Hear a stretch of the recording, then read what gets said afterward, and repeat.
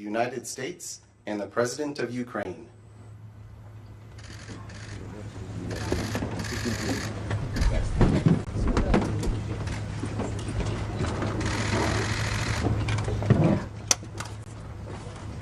Both leaders will now sign an historic new bilateral security agreement between the United States and Ukraine.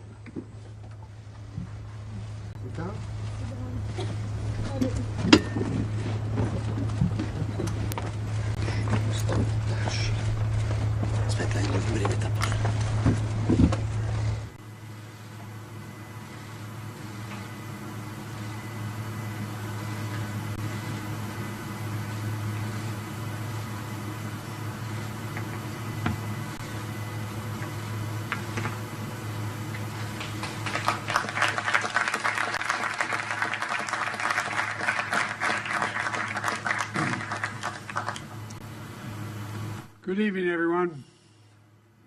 Last year at the NATO summit in Lithuania, the United States brought together every member of the G7 to sign a joint declaration of support for Ukraine. 25 additional countries joined us quickly. Each agreed to forge long-term bilateral commitments with Ukraine. President Zelenskyy and I have just now signed that agreement between the United States and Ukraine. Our goal is to strengthen Ukraine's credible defense and deterrence capabilities for the long term. A lasting peace for Ukraine must be underwritten by Ukraine's own ability to defend itself now and to deter future aggression anytime in the future. The United States is going to help ensure that Ukraine can do both, not by sending American troops to fight in Ukraine, but by providing weapons and ammunition, expanding intelligence sharing, continuing to train brave Ukrainian troops at bases in Europe and the United States, enhancing interoperability between our militaries in line with NATO standards, investing in Ukraine's defense industrial base so in time they can supply their own weapons and munitions, working with Ukraine's partners to build a future force that is strong, sustainable, and resilient, and supporting Ukraine's economic recovery as well as its energy recovery after Russia has repeatedly targeted Ukraine's energy grid with massive attacks in the futile attempt to break the will of the Ukrainian people. All these lines of efforts and others are laid out in this agreement. Additionally, the G7 achieved a significant outcome this week on the matter of Russia's frozen assets in Europe and other places outside of Russia. Back in 2022, 2 days after Russia's invasion, members of the G7 and the European Union worked together to freeze $280 billion in Russian central bank funds outside of Russia. I'm very pleased to share that this week, the G7 signed a plan to finalize and unlock $50 billion from the proceeds of those frozen assets, to put that money to work for Ukraine. Another reminder to Putin, we're not backing down. In fact, we're standing together against this illegal aggression. The agreement that President Zelenskyy and I just signed also lays out our shared vision for a just peace, a peace rooted in the UN Charter and the principles of sovereignty and territorial integrity, a peace with a broad base of support around the world that holds Russia accountable for the damage it has done in this war. We will see this vision strongly affirmed at the historic peace conference happening in Switzerland this weekend, where Vice President Harris will represent the United States. Finally, this agreement accelerates Ukraine's integration into the European and transatlantic communities. It includes major commitments from Ukraine to implement democratic, economic, and security reforms in line with the European Union's accession goals and NATO's programs of reform. While we take this step, the United States is also intensifying pressure on Russia. Yesterday, the U.S. Treasury Department made clear any bank anywhere in the world that deals with sanctioned Russian banks, companies, or individuals risk being sanctioned themselves. And we announced roughly 300 new sanctions on individuals and companies that are helping Russia with the war effort. They include key parts of Russia's financial sector. I'll wait till it goes over.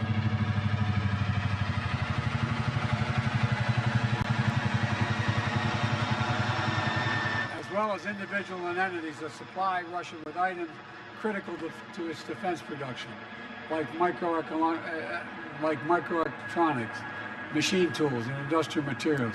We also sanction more Russian future energy projects, that Russia's natural gas oil projects that are under construction and are not yet fully operating.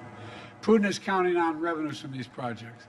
Our sanctions will disrupt those plans. Plus, at the G7, we discussed our shared concern about countries like China, who are supplying Russia with materials they need for their war machine. And we agreed to taking collective action to push back against that activity. Let me close with this. We've taken 3 major steps at the G7 that collectively show Putin we cannot wait us out. He cannot divide us. And we'll be with Ukraine until they prevail in this war. First is the bilateral security agreement just signed. Second, historic agreement to provide $50 billion in value from Russian sovereign assets to Ukraine. And third, an agreement to ensure our sanctions efforts disrupt third countries that are supplying Russia's war efforts. That will increase pressure on the Russian economy. Collectively, this is a powerful set of actions, and it will create a stronger foundation for Ukraine's success. 2.5 years ago, Putin unleashed a brutal war on Ukraine. And it's been a horrifying ordeal for the Ukrainian people who are so brave and incredible. It's also been a test for the world. Would we stand with Ukraine? Would we stand for sovereignty, freedom, and against tyranny? The United States, the G7, and countries around the world have consistently answered the question by saying, yes, we will. We will say it again. Yes, again and again and again. We're going to stand with Ukraine. And thank you, and I now yield to my friend from Ukraine, President. Thank you so much, Mr. President Biden, dear President, dear journalists, dear Ukrainians, dear Americans, and thank you so much. Thanks, Italy and Georgia, for an invitation. Dear friends, today is a truly historic day, and we have signed the strongest agreement between Ukraine and the U.S. since our independence. And this is an agreement on security and thus on the protection of human life. This is an agreement on cooperation and thus on how our nations will become stronger. This is an agreement on steps to guarantee sustainable peace, and therefore it benefits everyone in the world, because the Russian war against Ukraine is a real global threat. I thank you very much, Mr. President, for your leadership, which is reflected in particular in this agreement and in your years of support for Ukraine. I thank our teams, both teams, thanks very much for making sure that the details of the agreement are really good. And of course, I want to thank every Ukrainian soldier, all our people whose courage made this level of alliance between Ukraine and the United States possible. And I'm proud of our people and what Ukraine can do, and I'm very grateful to all Americans, to everyone in America who strengthens American leadership. So, under the points of the agreement, first, the agreement contains a very detailed, legally binding part, and this means the credibility of America's support for our Ukrainian independence. Secondly, security commitments from the United States are based, among other things, on the sustainability of security and defense support, not only for the duration of this war, but also for the period of peace after the war. And we will definitely ensure peace. Third, it clearly states that America supports Ukraine's efforts to win this war. Fourth, the agreement has good provisions on weapons for our defense, whereas specifically on the Patriot systems, whereas specifically on the supply of fighter squadrons to Ukraine. That's right, plural squadrons, including but not limited to F-16s. We have worked for a long time for this. The agreement is also very specific about the supply of the necessary weapons, joint production, and strengthening of the defense industries of our countries through our cooperation. And this is something that will not only provide security, but also new, good jobs for Ukrainians and Americans. The agreement also outlines what is needed in terms of intelligence information. The agreement contains key aspects of protecting the lives of our people. Fifth, it is very important that the agreement also addresses the issue of Russia's just responsibility for this war and its attempts to destroy Ukrainians. America supports both fair compensation for the damage caused by Russian strikes and working out ways to ensure that frozen Russian assets are used to protect and rebuild Ukraine. The agreement also includes sanctions and export controls that will make Russia feel the pain for what it is doing against the freedom of peoples. And two more things. I'm grateful that the philosophy of our security agreement is in fact the philosophy of the alliance, and that is why the issue of NATO is covered through the text of the agreement. It states that America supports Ukraine's future membership in NATO and recognizes that our security agreement is a bridge to Ukraine's membership in NATO. It is very important for all Ukrainians and for all Europeans to know that there will be no security deficit in Europe, which tempts the aggressor to war and makes the future uncertain. Now we are clearly defining everything. We will cooperate for the sake of victory, make peace guarantees effective, and provide the necessary security for our people. And thank you, Mr. President, for your leadership in the G7's decision on $50 billion loan for Ukraine. It's a vital step forward in providing sustainable support for Ukraine in winning this war.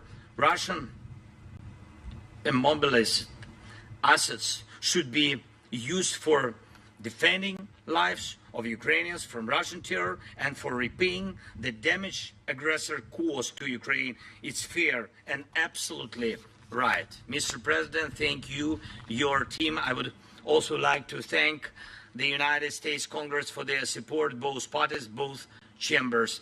Thank you, and thanks to every American heart that does not betray freedom and supports us. Slava Ukraini!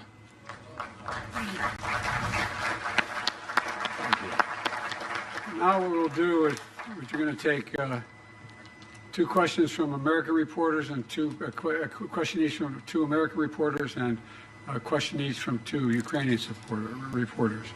The first person I'm to call on is Colleen Long of the Associated Press.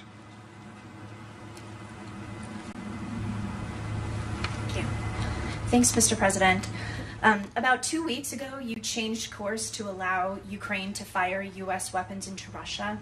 Given the reported successes, would you consider further expanding the parameters on U.S. weapons into Russia, even despite your concerns about escalation? And on the news from home, you're going through something that so many American families go through, the intersection of addiction and the criminal justice system, but you're not like most families. Was your son able to get a fair trial? Do you believe the Justice Department operated independently of politics? And for President... Let me answer your question and you ask his question, okay? With regard to the first question, it is clear that the near abroad, meaning just across the line of the border with Russia and Ukraine, that it makes a lot of sense for Ukraine to be able to take out or combat what is coming across that border. In terms of long-range weapons, longer-range weapons into the interior of Russia, we have not changed our position on that sort.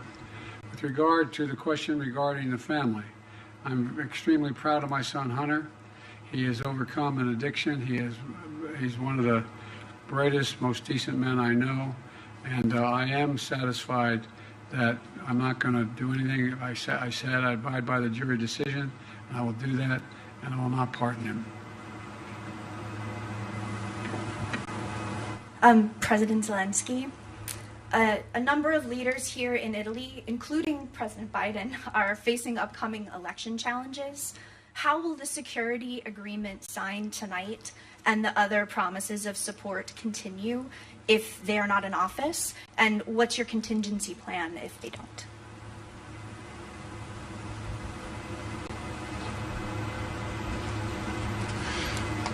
Дякую вам. Thank you If I can for I this answer question. in Ukrainian language? May I Yes, ask- thanks so much. Передусім, я хочу подякувати First and народу foremost, I'd всіх like to країн, thank the безумовно, people Сполученим of Штатам, the nations, країнам first and Європи, foremost, to інших the United континентів, States, to the countries in які нас Europe підтримували and з other, самого on other початку continents who have supported us since the very цієї beginning несправедливої війни of the Росії beginning of this absolutely проти unjust людей war of України. Russia against the Саме people of так вони Ukraine. вбивали And людей. that is it. They've been Домівки, killing people. територія, That все це дуже важливо. homes Це and частина territory, all життя, that is але very important. It перш is за все part of люди, life. But first and життя foremost, we're людей. speaking about people and lives of Розумієте? people. Так, і тому You understand? ця And війна була несправедлива this з самого war was початку. unjust since Війна the цього very зла. beginning. The war of this evil, Ім'я його Путін whose проти name is людей Putin, України. the war І він against the вбив people of дуже Ukraine, багато and he людей. has killed Казати, so що many це не people. він, що це To say військовий, that it це is not him, інструмент для нього. there was a military man who did it. Розумієте, він грає The на last цьому one is just an instrument of І тому his, для and нас he's playing дуже this важливо instrument, було, and що з самого therefore it is початку нас important for підтримали us that люди, since the very beginning we were народи, supported by тому що people, вони by nations, зрозуміли, because they що ми understood that поділяємо спільні we цінності. share Ми common просто values. хочемо We жити, і simply люди want to розуміли. live, Вони and the уявили, people що буде, understood. They якщо на imagined них what will happen нападе if таке зло. such evil І attacks тому нас them, люди and підтримали. therefore І я we were дякую supported президенту by people. Байдену, And I thank іншим President лідерам, Biden and які з самого other leaders початку who, since the very beginning вторгнення of the Путіна почали invasion, нас підтримувати. Putin's invasion Вони started to базуючись support на us. своїх They, цінностях. Вони based on their базувались values, на they were голосі їх людей, based on їх the народів. voice І без of народу це their people, неможливо. and it is І я impossible впевнений, without people. And I am sure that цей народ this обирає nation собі лідерів, обирає президентів. chooses leaders and І presidents, мені здається, що and кого it б не seems to обрав me that народи, no matter whom the nation chooses, передусім, мені First and здається, все foremost, залежить від єдності it seems to me всередині that everything тієї чи depends іншої on the держави. unity І якщо з нами буде within this народ, or that state. And будь-який if лідер the також people буде are з with нами. us, any Цій leader will be with боротьбі us за свободу. in this struggle for freedom. I'm going to call on a Ukrainian reporter. Yeah, with pleasure. Thank you so much. Так, будь ласка, телеканал Інтер. Yes, please, Inter. Irina Ivanova, Inter TV Irina channel Ivanova, Ukraine, Inter and TV I have a channel. question for both leaders. So today, during the G7 meeting, the discussion focused on developing Ukraine's air defense system based on the most advanced Western complexes and also on enhancing long-range capabilities. So my question is, can you provide any details on the initiative and about the readiness of our allies to take part in it? Thank you. I'd be happy to respond to that.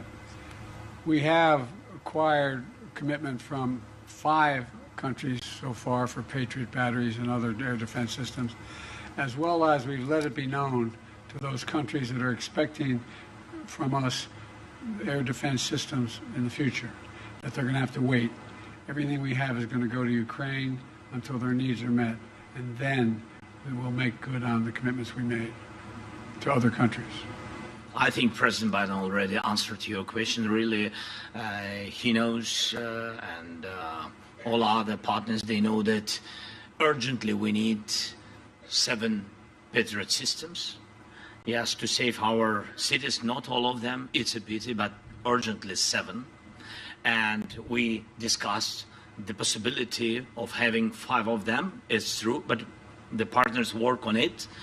It doesn't mean that tomorrow we will have these 5 systems, but we see in the closest future good result for Ukraine. You'll have some relatively quickly. American reporter, Josh Weingrove, Bloomberg. Thank you, Mr. President. I have a question for President Zelenskyy shortly on the announcements, but if you don't mind, I'd like to ask you about your discussions on the situation in Gaza here at the summit. You were asked just a short time ago about it. after the skydiving demonstration. Can you give us your assessment of Hamas's response? And do you believe that they are trying to work towards a deal, or is this response working against a deal?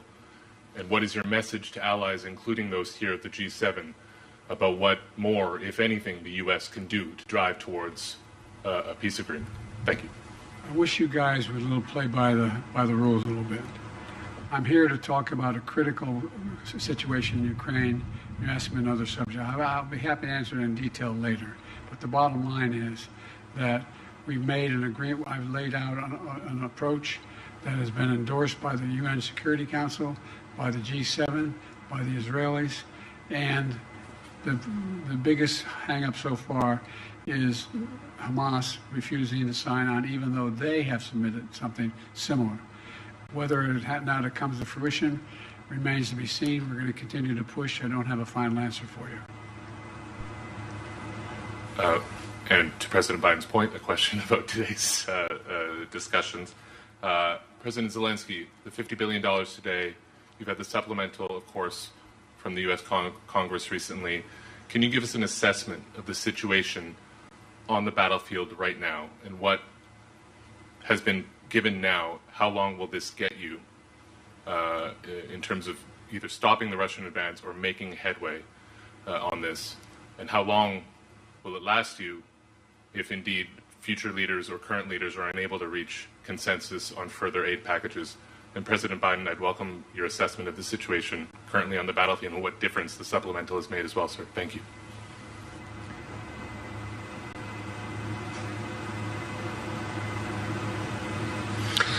Дякую за ваше запитання.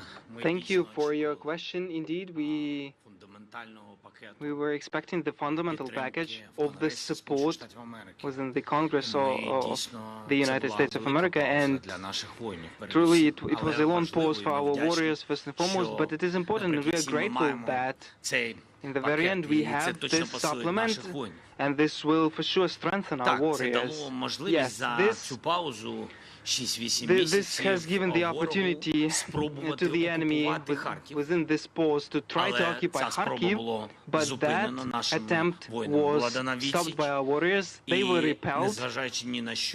The enemy was repelled, and we, despite everything, disrupted all their plans, and it seems to me that that is the most important thing. What this supplement that will arrive gives us, it enables us to fully equip the reserves, those guys, those brigades that are ready, so that they provide for the opportunity to rotate our units on the battlefield, so that they can have some rest, so that the brigades can regenerate, so that other brigades enter the battlefield instead of them with equipment. This is what the supplement gives them. So the raise of morale, but also the raise of strength of our brigades, and it seems to me that this is the most important. For how long this will be enough? Look, we without package have been holding the lines for 8 months, and the Russians had no successes. And therefore, the question on for how long it will be enough? No, I think the question has to be for how long the unity will last. The unity in the United States together with the European leaders. How these or those elections will influence this unity. It seems to me that we should look on this exactly this way, to preserve unity, to preserve the integrity of the world, integrity of the democratic world, because if Ukraine does not withstand, the democracy of many countries will not be able to withstand, and I'm sure of that. By the way, the idea that we had to wait till we passed the legislation overall, even held up by a small majority of our Republican colleagues, was just terrible. And there's a lot more money coming beyond what's already come in the other tranches that are available now that we passed the legislation. So they'll have what they need and get it there as quickly as we possibly can. Thank you so much, Mr. President. Telegraph, будь ласка. Telegraph, please. Good evening. My name is Yaroslav Zharinov, Telegraph UA. Thank you for this opportunity. I have a long way from Kyiv and have enough time to prepare such long question. Firstly, to Joe Biden.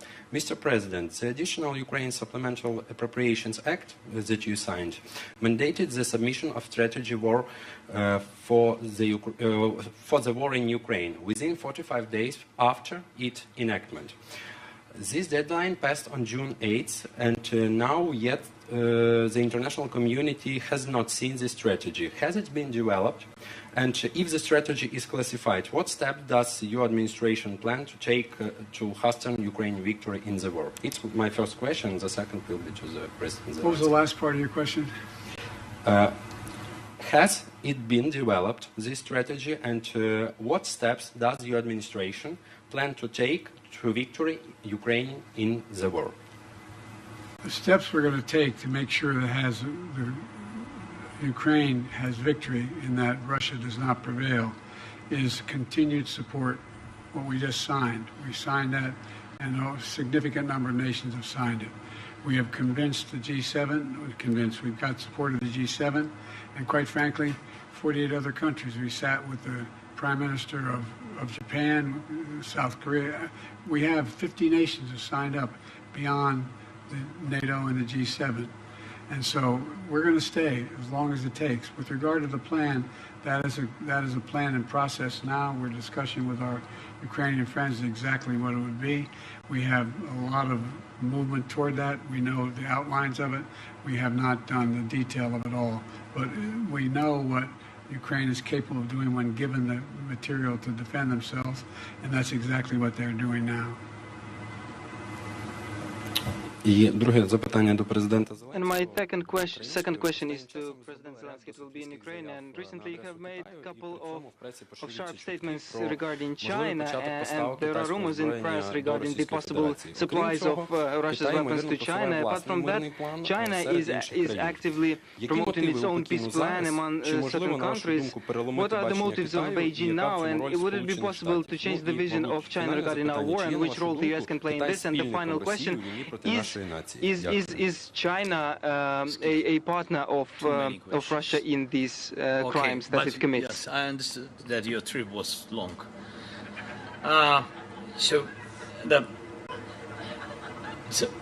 First of all, I had phone conversation with the leader of China by phone.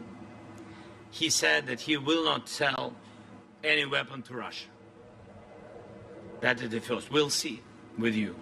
We'll see. But he said to me, if he is a respectable person, he will not, because he gave me the word. The second, you know very good with details our peace formula. It's very open for everybody, basing on charter, yes, UN, and you know that it bases on next principles: territorial integrity, sovereignty, nuclear security, food security. If China has alternative view on it, it can prepare alternative peace formula. If we share common views on it, like with globally with all the world, I think so. So if they share the same way to peace, we will find dialogue. By the way, China is not supplying weapons, but the ability to produce those weapons and the technology available to do it. So it is, in fact, helping Russia.